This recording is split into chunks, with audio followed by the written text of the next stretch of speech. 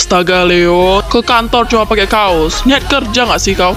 Yang penting kan kerja. Anak ini. Udahlah, Papa mau keluar bentar. Bosan kali. Keluar aja lah.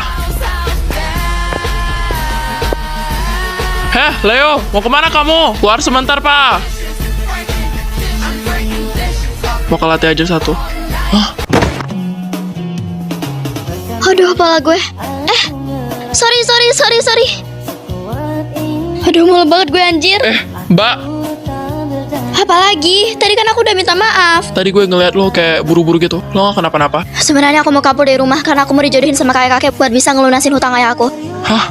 Oke, gue bakal bantuin lo. Sekarang lo pulang dulu aja ke rumah. Jangan takut. Oke.